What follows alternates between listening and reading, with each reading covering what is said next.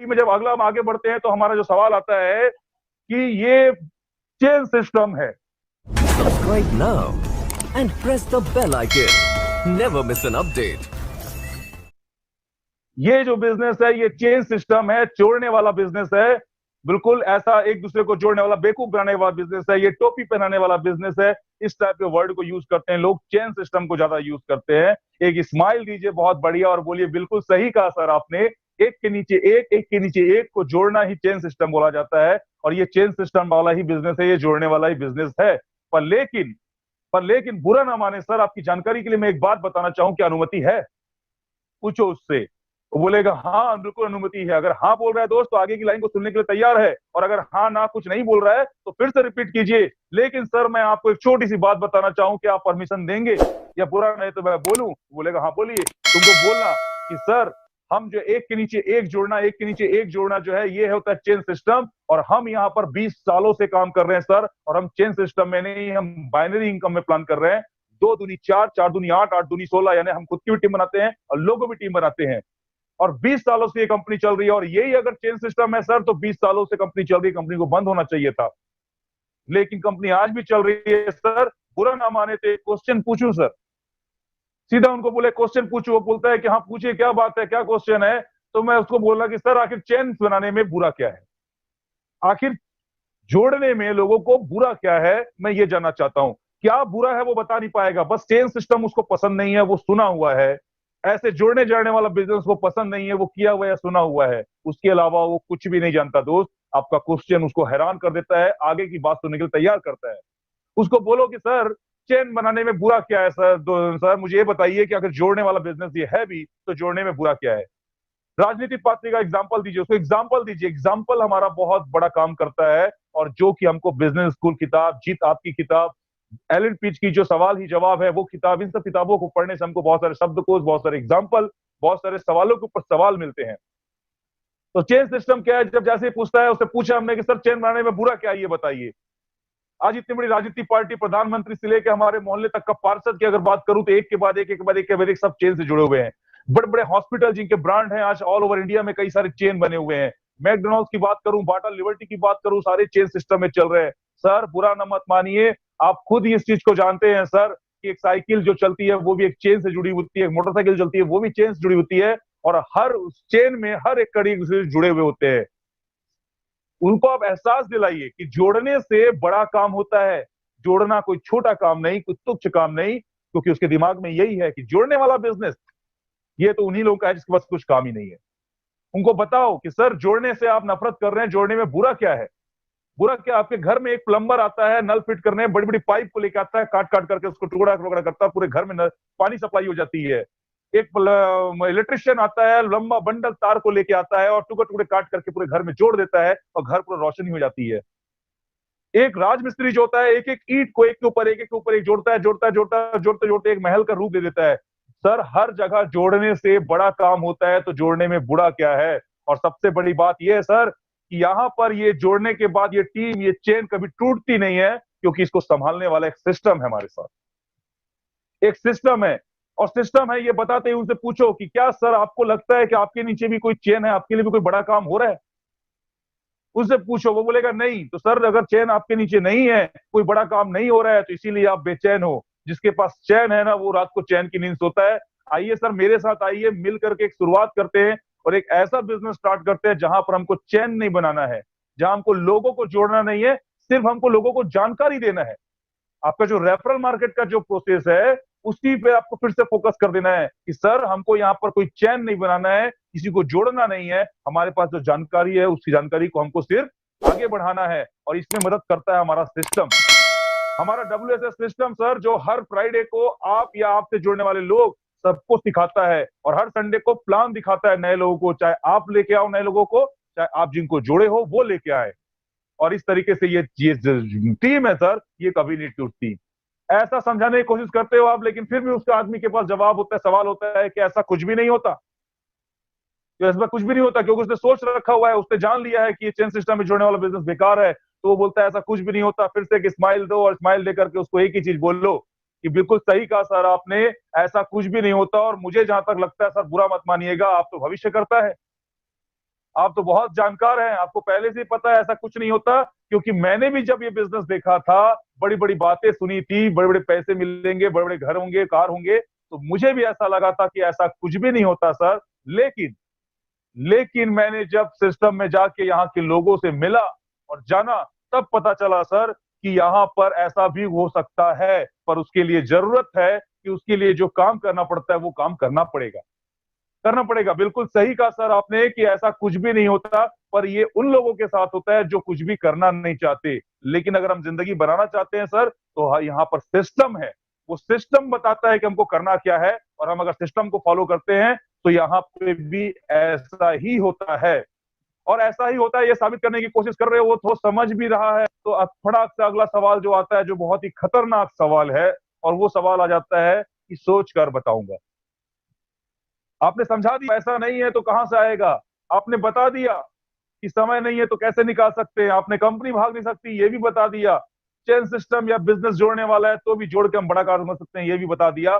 पर लेकिन घर वालों से पूछ के बताता हूं, सोच के बताता हूं, ये जो है ना बहुत ही खतरनाक सवाल है, बहुत ही खतरनाक सवाल है। सोच कर बताता हूँ, घर वालों से पूछ के बताता हूँ, जो पूछ रहा है बोल रहा है दोस्त, याद रखना उसकी उम्र बहुत कम होगी, वो डिपेंडेंट होगा।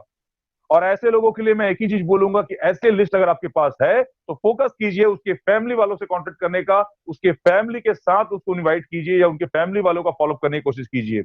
लेकिन लिस्ट कभी छोड़ना नहीं है, दिखाना सबको है। अगर आपके साथ डिपेंडेंट लोग भी अगर आ जाते हैं और बोलते हैं घर वालों से पूछ के बताऊंगा, तो बढ़िया सा एक स्माइल दो, उसकी तारीफ करते हुए बोलो बिल्कुल सही बोल रहे हो बेटा, बहुत आज्ञाकारी हो आप, और हर काम को घर वालों से पूछ के ही करना चाहिए। ये बहुत अच्छा लगा आपसे मिल करके और जान करके कि आप भी अपने घर वालों से पूछ करके ही डिसीजन लेना चाहते हो। पर मैं एक बात पूछना चाहता हूं, बुरा मत मानना, एक सवाल पूछूं, सेम मेथड उसके साथ भी यूज करना है, क्योंकि उसने पूछा घर वालों से पूछ के बताता हूं। सवाल आपका ये रहेगा कि बुरा मत मानना बेटा, एक बात पूछूं जवाब दोगे? बोलेगा हाँ पूछिए सर। बोलना क्या लगता है हर एक काम अपने जीवन के आप घर वालों से पूछ के करते हो? बोलो उसको, क्योंकि हर इंसान अच्छा काम भी करता है और बुरा काम भी करता है दोस्त। अच्छे काम को जरूर वो सलाह लेता है, पर बुरे काम की सलाह लेने कभी वो घर नहीं जाता। उसको आप पूछ रहे हो कि क्या आप हर काम अपने घर वालों से पूछ के करते हो? वो बोलेगा हाँ हाँ बिल्कुल बिल्कुल बिल्कुल, मैं सभी अच्छे काम जो है घर वालों से पूछ के करता हूँ। बधाई दो उनको कि बहुत बहुत बधाई हो सर, बिल्कुल घर वालों से पूछ के ही कोई काम करना चाहिए, सलाह लेके ही करना चाहिए। पर बुरा मत मानिए, मैं सिर्फ ये जानना चाहता हूँ कि आपके पापा ज्यादा समझदार है या आप समझदार हो? क्वेश्चन को ध्यान दीजिएगा सर, कि घर वालों से पूछ के बताता हूं बोल रहा है, इसका मतलब घर में उसके बड़े गार्जियन हैं, उसको बोलो कि आपके माता पिता आपसे ज्यादा समझदार हैं या आप समझदार हैं। दोस्त, कोई भी बंदा हो, अगर उसके पिताजी से तुलना करोगे तो वो यही बोलेगा नहीं मेरे पापा समझदार है, मेरे माता पिता ज्यादा समझदार है मेरे से। तो उनको बोलो कि सर, जब ये कॉन्सेप्ट इतना प्यारा है और आपको समझ में आ गया, और आपसे भी ज्यादा समझदार आपके माता पिता हैं, आपके पिताजी हैं, तो मुझे लगता है कि आपसे भी बेहतर और बहुत जल्दी वो समझ पाएंगे और आपको डिसीजन भी देंगे कि करना चाहिए। लेकिन लेकिन मैं आपको सिर्फ एक बात बताना चाहूंगा, लेकिन वर्ड जोड़ते हो तो फिर वो अगला वर्ड सुनना चाहता है। लेकिन मैं आपको ये बोलना चाहूंगा सर, कि जिस जानकारी को आप लेने के लिए पूरा 1 घंटा का समय दिए हो, अगर 10 मिनट में आप अपने घर वालों को समझाना चाहोगे, तो हो सकता है कि वो पूरी बात ना समझ पाए और आपको मना कर दे, और आपका एक अच्छा अवसर आपसे छूट जाए। तो क्यों ना, जब आपके पिताजी आपसे भी ज्यादा समझदार हैं, तो क्यों ना आप उनका टाइम लेकर के मुझसे मिलवाएं और मैं उनको पूरी तरीके से ये बात समझाऊं। और मुझे 100% उम्मीद है कि आपके पिताजी, जो आपसे भी ज्यादा समझदार हैं, इस बिजनेस को ज्यादा अच्छे से समझेंगे और आपको इस बिजनेस को करने के लिए प्रेरित भी करेंगे, हाँ भी बोलेंगे। दोस्त, फोकस हमारा रहना चाहिए कि घर वालों से पूछ के जो बता रहा हूं उसको ज्यादा फ्रस्ट्रेट नहीं करना है, ज्यादा प्रेशर नहीं डालना है, उसको सिर्फ मोटिवेट करना है कि वो अच्छा सोचा, अच्छी जगह है। कॉमन रैपो लगा करके उसको बताना है कि आपके टीम में भी, आपके सीनियर में भी कोई स्टूडेंट है, पार्टनर में भी कोई स्टूडेंट है जो इस बिजनेस में पढ़ते पढ़ते काम करके इतना रुपया कमा रहे हैं, इस जगह पे पहुंच गया है। कॉमन रेपो लगा करके आप बात करते हैं और बात करने के बाद सीधा फोकस ये करते हैं कि आप उसकी मदद करेंगे, मैं मदद करूंगा आपकी, आपके घर वालों को इन चीजों को बताने में। बस आप जो है ना उनसे टाइम लेकर के मुझसे मिलवाइए। और इस तरीके से अगर हम उस व्यक्ति से टाइम लेकर के उनके घर वालों को प्लान दिखाएं, उनके घर वालों को टॉपिक समझाएं, ईएसबीआई बताएं, तो परमिशन भी मिलेगा और काम भी स्टार्ट होगा। लेकिन दोस्त, घर वालों से पूछ के बताता हूँ, ये तो बात सही है डिपेंडेंट लोग, लेकिन सोच कर बताता हूँ जो है ना, ये बहुत ही घातक और बहुत ही खतरनाक सवाल है।